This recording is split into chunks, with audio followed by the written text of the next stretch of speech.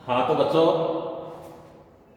आज की क्लास का जो टॉपिक है वह वैधता है, लेजिटिमेसी। इसमें आपको बताएंगे कि वैधता क्या है, किस प्रकार से इसको परिभाषित किया गया है, वैधता की विशेषताएं क्या हैं, वैधता किस हिसाब से अर्जित की जा सकती है और वैधता के ऊपर किस प्रकार के संकट हैं। इससे पहले अपनी दो तीन क्लास हुई थी, वह शक्ति और सत्ता के ऊपर हुई थी। आज हम आपको वैधता के बारे में बता रहे हैं। लेजिटिमेसी, वैधता या औचित्यपूर्णता की अवधारणा एक प्राचीन अवधारणा है, लेकिन आधुनिक युग में इसने नया अर्थ और संदर्भ प्राप्त कर लिए हैं।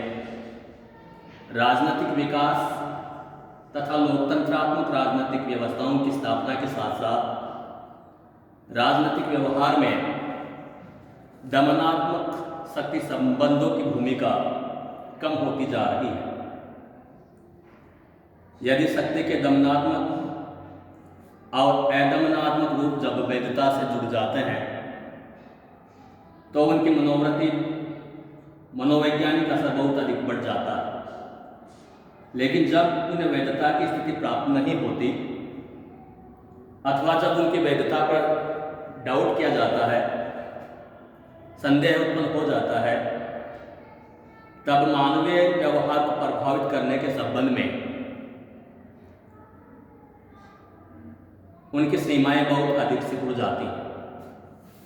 सभी राजनीतिक व्यवस्थाओं की प्रभावशीलता वैधता पर ही निर्भर करती है।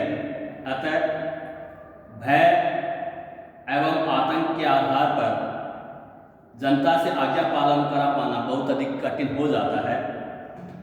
इसलिए डेमोक्रेटिक सिस्टम में वैधता की सर्वाधिक आवश्यकता होती है।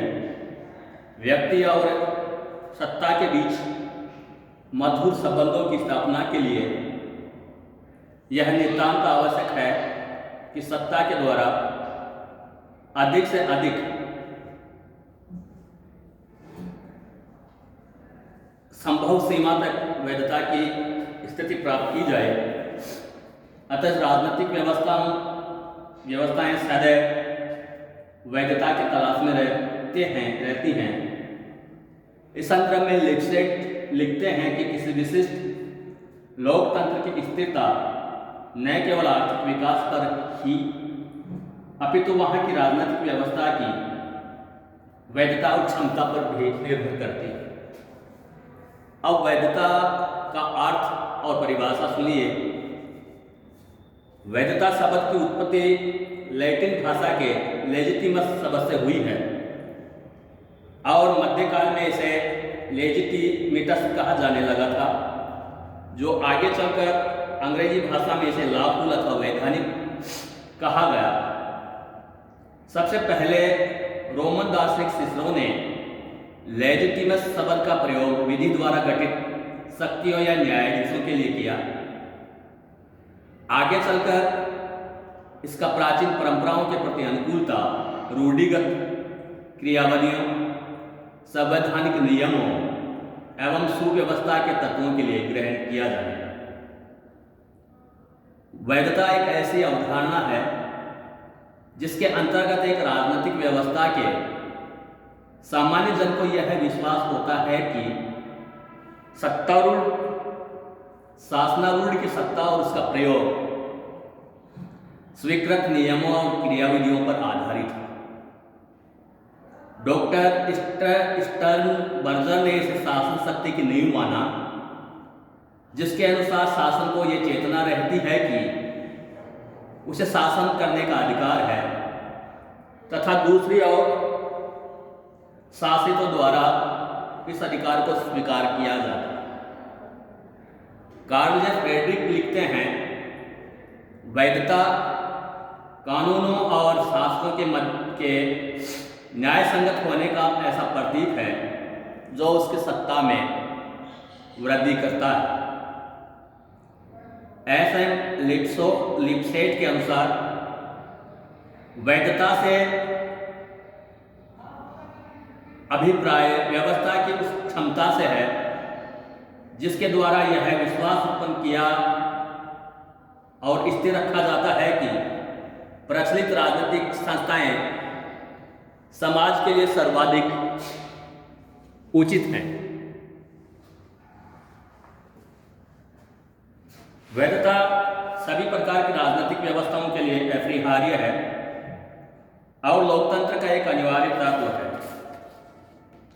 यह एक मनोवैज्ञानिक तत्व है जो शासक एवं शासित के मध्य एक मूल्य प्रधान विश्वास एवं सहमति के रूप में प्रकट होता है। वैधता का तत्व राज्य की शक्ति को सत्ता में बदलता है। वैधता की किसी राजनीतिक व्यवस्था को न्यायसंगत बनाती है और उसे स्थायित्व प्रदान करती है। अब जो वैधता की अवधारणा है, इसके जो सिद्धांत है या विशेषताएं हैं वो सुन लीजिए आप। वैधता कोई भौतिक वस्तु नहीं है जिसके निर्धारित तत्व या निर्माणकारी तत्व बताए जा सकें, अपितु यह तो एक अवधारणा है। राजनीतिक जीवन की एक स्थिति है जिसकी अपनी कुछ विशेषताएं हैं। वैधता की अवधारणा की विशेषताओं का स्तर और प्रभाव विश्व के समस्त देशों में एक जैसा नहीं हो सकता, अपितु विशेषताएं संबंधित देश के लोगों के मानसिक स्तर, राजनीतिक मूल्य, विश्वास, आदतें तथा उनकी राजनीतिक चेतना की मात्रा पर निर्भर करती है।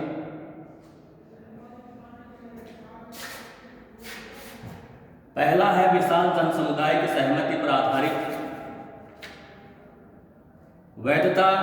विशेष वर्ग के व्यक्तियों की सहमति पर आधारित न होकर विशाल जनसमुदाय की सहमति पर आधारित अवधारणा है।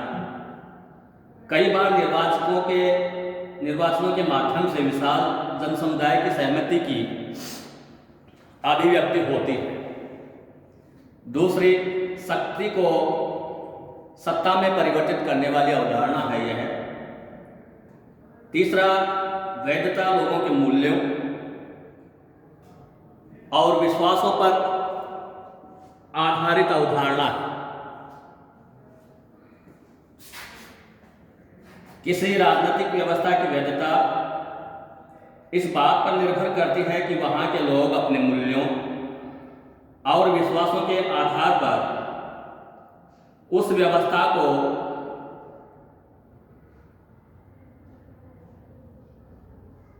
किस सीमा तक वैध समझते हैं।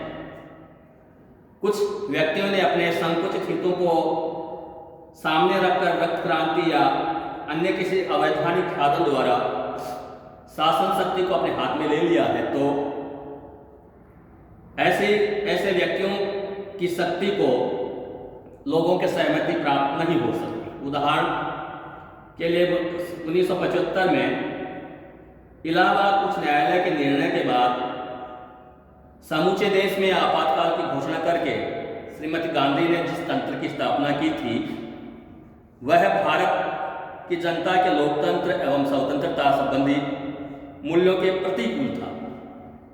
उसे वैधता प्राप्त नहीं थी और जैसे ही मार्च 1977 में लोकसभा के चुनाव हुए, जनता ने वैधता रहित सरकार को उखाड़ फेंका। चौथा, राजनीतिक शक्ति का आधार सार्वजनिक कल्याण। राजनीतिक शक्ति के धारकों के बारे में जनता की यह भावना है कि वे इस शक्ति को उनके भले के लिए प्रयुक्त करते हैं तथा उनमें जनता की आस्था है। इसकी वैधता की कसौटी होती है। राजनीतिक व्यवस्थाओं में नेताओं का यह प्रयास रहता है कि समाज में विद्यमान विभिन्न संघर्षों के समाधान के लिए सरकारी शक्ति का प्रयोग किए जाने पर उसका आधार यथासंभव हिंसा, दमन अथवा दंड का भय न होकर यह विश्वास हो कि यह सब जनता के हित के लिए आवश्यक ही नहीं, अनिवार्य है। इस प्रकार वैधता की अवधारणा मुख्यतः जन सहमति पर आधारित है और वैधता वह गुण है जो सत्य को सत्ता में परिवर्तित कर देता है। आज इतना ही, धन्यवाद।